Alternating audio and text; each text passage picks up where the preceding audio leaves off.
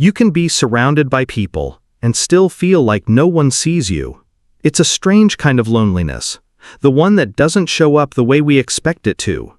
It doesn't come with tears or empty rooms. It doesn't always arrive in the absence of others. Sometimes it lives in the middle of laughter. Sometimes it hides in the group photo, in the crowded coffee shop, in the dinner table filled with noise. It's the loneliness that doesn't look like loneliness.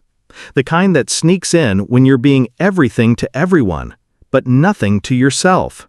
The kind that smiles in every picture, replies to every message, shows up on time, and leaves without saying much. The kind that walks into a party and feels like a ghost in a body. You start to question yourself.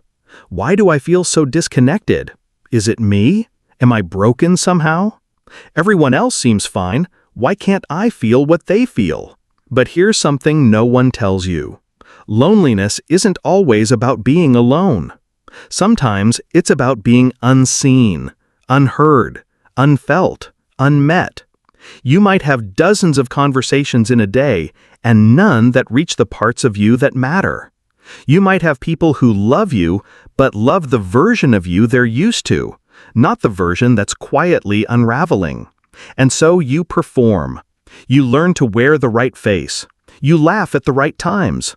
You keep the deeper parts of yourself hidden, not because you want to, but because it feels safer that way. Because somewhere along the way, you learned that your truth is too much, too complicated, too intense, too sad, too hard to relate to. And so the performance becomes a routine. You play your role. You nod through conversations that feel like background noise. You say, "I'm good," when your whole chest is aching. It's not that you want to lie. It's just that you don't know where to begin, or who would stay if you actually said what's inside. So you swallow it, and you keep going. But inside, something's shifting. There's a quiet craving that won't go away. Not for attention, not for validation, but for resonance. You want someone to feel your words before you finish speaking them. To sit in silence with you and understand that something's off without needing it explained. To see the corners of you that you've learned to keep hidden. Because the ache of being misunderstood is its own kind of grief.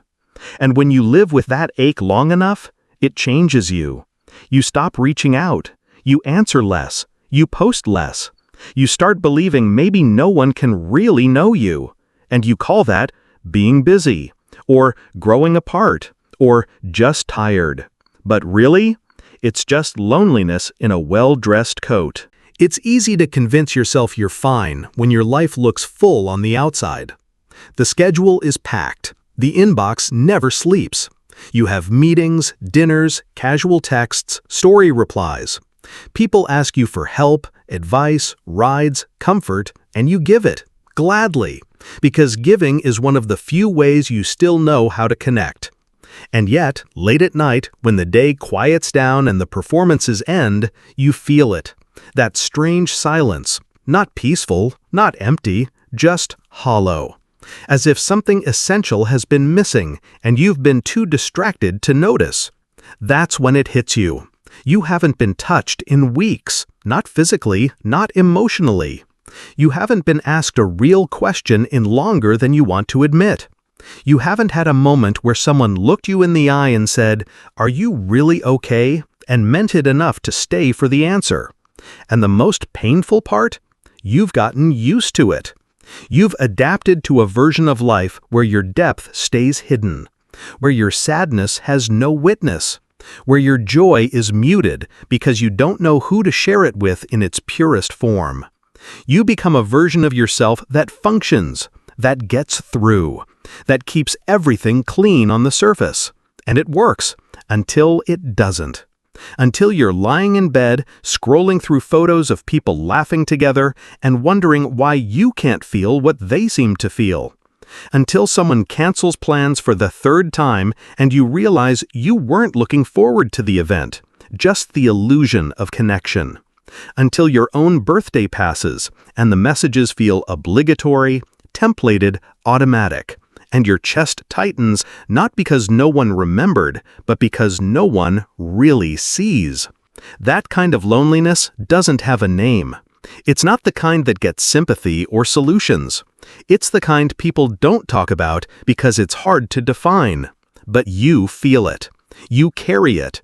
And you're not alone in that. Because here's the secret. So many people are living the same quiet ache. They're in the next room, the next house, the next table over. They're walking around with their own masks on, afraid to say, "I feel so far away from everyone and I don't know why. I have people in my life, but I still feel completely alone. I'm tired of pretending this version of connection is enough." And it's not because you're broken, or because you're unlovable, or because you're too much, or not enough, or somehow at fault.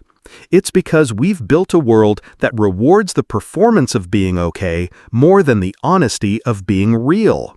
We've built friendships on memes and small talk, relationships on "what are we doing tonight" instead of "how are we changing," communities on convenience instead of commitment. We don't talk about that kind of loneliness, because if we did, we'd all have to admit how often we feel it. But the truth is, naming it is the only way out, because what's unspoken grows heavier, what's denied becomes a shadow, and what's buried inside us too long becomes the thing that disconnects us from everyone, including ourselves. So maybe it's time to tell the truth, quietly. To say, "I miss being known." To say, "I don't want more noise, I want more meaning." To say, "I'm not okay in the ways that matter." Not for pity, not for reaction, but for the chance to be human again. Maybe healing begins not with a crowd, but with one moment of honesty. Maybe it's the quiet courage of saying, "Actually, I've been feeling kinda off lately," and letting someone stay. Maybe it's choosing to stop performing joy and instead inviting someone into your quiet. Maybe it's calling a friend not with a plan, but with presence. "I don't need anything specific, I just didn't want to be alone today." And if that feels too hard right now, maybe it's even smaller. Maybe it's journaling what you wish someone would ask you. Maybe it's whispering the truth to yourself in the mirror gently. Maybe it's reading this and letting your shoulders drop for the first time all week. Because the ache inside you, it's not a flaw, it's a signal that your heart still longs for real connection, that your soul remembers a time when being with others meant being fully seen, not just being included. You deserve that kind of belonging, not just the kind where your name is on the list, but the kind where your silence is noticed, where your absence would be felt, where your truth, even when messy, is welcome. And the beautiful, brutal thing about loneliness is, it shows you what you truly crave. Not attention, not perfection, but resonance, but depth, but someone to sit next to your ache and say, "I feel it too." We don't talk about this enough, about the loneliness that lives in friendships, in marriages, in careers that look great on paper, in conversations where we smile and nod and secretly wonder, "Do they see me at all?" We keep it hidden because naming it would make it real. But maybe it's time to make it real, not to break us, but to begin rebuilding. To open space for connection that doesn't require curation. To find relationships where silence isn't awkward, it's understood. To create tiny sacred spaces where we don't have to be impressive, only present. Because your presence, as you are, tired or vibrant, broken or blooming, is already enough. You don't have to be anything else to be worthy of love that sees you. And I don't mean romantic love or social media approved friendship. I mean the kind of love that looks you in the eye and says, "You don't have to try so hard with me." That kind of love exists.